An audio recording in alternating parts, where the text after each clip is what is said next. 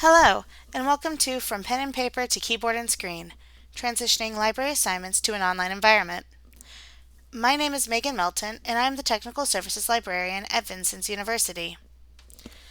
To get started, Vincennes University is a small community college in Vincennes, Indiana, with an FTE of about 8,348 students in fall 2020. Most of our student population is low-income, first-generation, and non-traditional students. Shake Library, part of the Curtis G. Shake Learning Resource Center, is staffed by a director, two librarians, and various assistants, part-time, and student workers. One of the library's main goals is to help students learn key fundamentals of information literacy, as well as how to use our resources. One way that we do this is we offer library assignments that our faculty can use in their classrooms, either in tandem with the library instruction session or on its own. The problem we noticed is that while many of our faculty do request an LI session, many others do not feel like they have the time to incorporate one into their class. So, to meet their needs, we made our library assignments openly available in PDF form many years ago. The problem we saw with this is that offering it in this manner meant we had no real count of how many faculty members were making use of it, and we were unable to assess how the students were doing on the assignment in order to improve on it. The other rather large issue we ran into is that even though we made sure to inform the faculty every year through collegiate meetings and emails about our library assignments, there were quite a few who were using their own, often erroneous versions, or older, outdated versions of ours. So in January of 2020, we decided we were going to combat this by creating an online version of the assignment that the professors could use instead. We had already done this before on a very small scale in the past. For a period of 5 years, Shake Library had partnered with a set of English 101 and 201 courses and created a version of the library assignment in their Blackboard classes. While this did generate some useful data, it was limiting in who could use the assignment. It required more effort on the part of the faculty and our Blackboard support to implement. Many of the instructors really just didn't want to do this as well because it meant adding on one of the librarians as an instructor to their course, which meant they could, do things, and that's a sort of controlled environment that they really didn't want out another person potentially messing with. So it wasn't ideal. We decided we really needed something different. The program we decided to go with instead was Google Forms. The biggest point in its favor was that it was free for us to use and we could make it open to anyone. Simply send the link to the professors and they could just send it to their students. Now, while Google Forms is mostly used for survey and submission forms, you can also set it up as a quiz fairly easy. You click the option in the settings. You can set point values. You can even give it an answer key. You can set it up for auto grading or manual. We did a combination of both. It's pretty easy to set up. Another great thing is that it allowed us to embed our library videos directly into the quiz itself. This was great for us as it allowed us to reach those students with an albeit condensed form of our library instruction sessions, especially those whose professors did not request an LI session. The videos were right there, so if they didn't get it, they could watch it and do it, or if they even got an LI session, they still had those videos to use as a reminder of how to do these things. And since we were the ones who were in control of the quiz, we were the ones grading the assignments and sending the information on to the professors, which meant we were getting a much clearer picture of how well the assignments were working.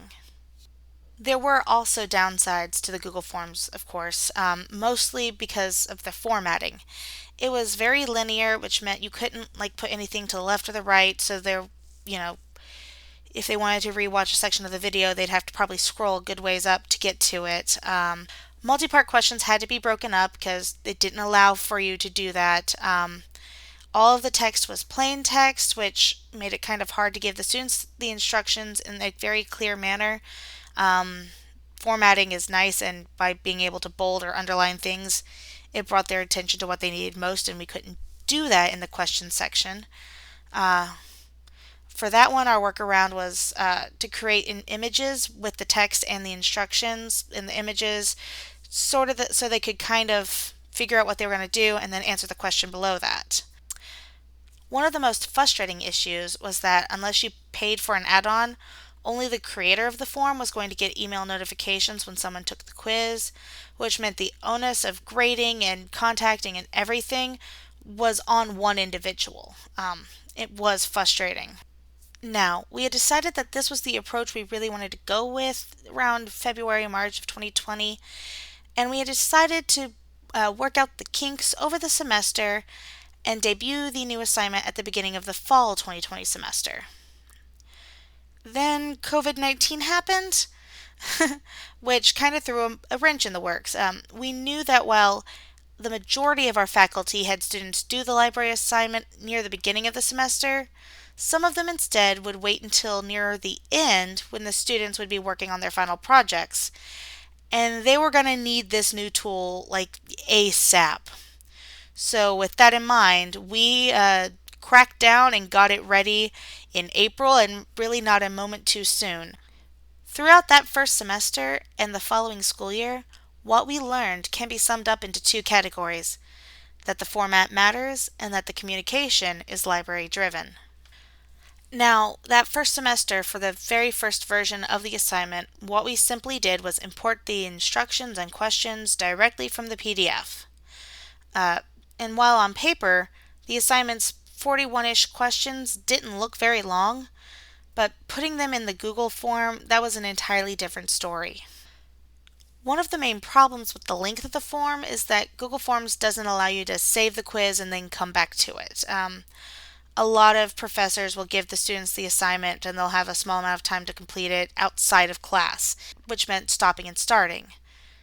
Since Google Forms doesn't allow you to do that, they all had to sit down in one go and knock it out. And this was a problem because a lot of students would also experience things like technical difficulties, which meant like the computer would shut down and then they'd have to restart all over again. We got a lot of complaints about that.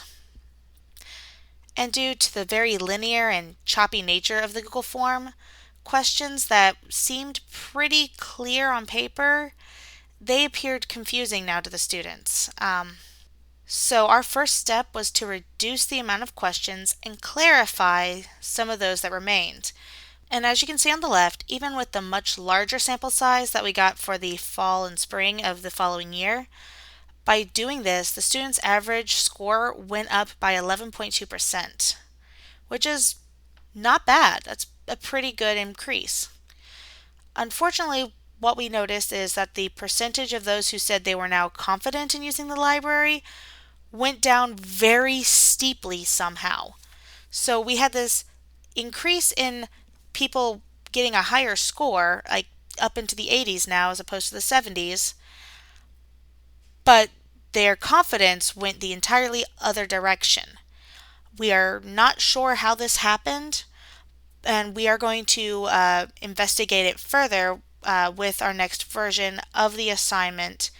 When we add at the bottom, we're going to add a question of why or why not they feel confident. Now, when it came to faculty using the assignment, we quickly learned that the first time you are going to know the quiz has been assigned is usually when the first student submitted their answers. We did partially anticipate this problem and had them tell us at the beginning of the quiz who the professor that assigned it was and what class it was for. Upon contact with that professor, we also learned that since they were no longer grading it, each professor differed in what information they wanted. Some only wanted names, others wanted everything, including the students' answers. We quickly realized that we had to create a standard email message so that we'd get all the information we needed every time, and we had to create a separate spreadsheet to keep track of it all, as you had multiple professors assigning it at the same time. The faculty who wanted to see the students' answers as well also caused some issues. We didn't want to give them access to the actual form as there were multiple classes using it, and there would be a chance that they would, mess something up. A solution that we came up with was to give them a copy of the answer sheet and then copy over all of the students' answers in a spreadsheet, mark the ones they got red, usually by highlighting it red, and then adding a comment note that would explain what I said to them, and, emailing that to the professor. At the end of the spring semester, we tried a different tactic with a professor who was insistent on having access to the back end of the quiz. What we did is we created a clone copy of the quiz and gave her its link, as well as the link to send to her students. Only her class had access to that version. I would grade the quizzes, send her the scores, and let her know that there were responses in that back end area that were ready for her to look at. Of the faculty who did use the form, only one of them paired it with an LI session. When we talked with some of the other professors afterwards, a few of them did state that they will talk to other faculty about using this version of the assignment, which, is a great thing for us because that means we'll have a larger pool of students.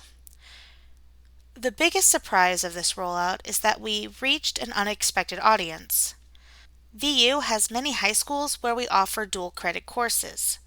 One of those teachers used the library assignment and expressed her delight in us offering this online version. Over the course of the 3 semesters, it has become apparent that the Google Forms by itself is not an ideal way for us to deliver this assignment. What we've decided to do going forward is to integrate the quiz into a LibGuides page, with each section broken out into its own module with its own Google form. This, along with lessening the amount of questions per section to remove any redundancy, should make the assignment more successful. We have in fact already trialed this format with a different assignment we created, which only uses multiple choice questions, to moderate success. Thank you for watching this presentation. If you'd like to contact me for more information, feel free to email me at the address below.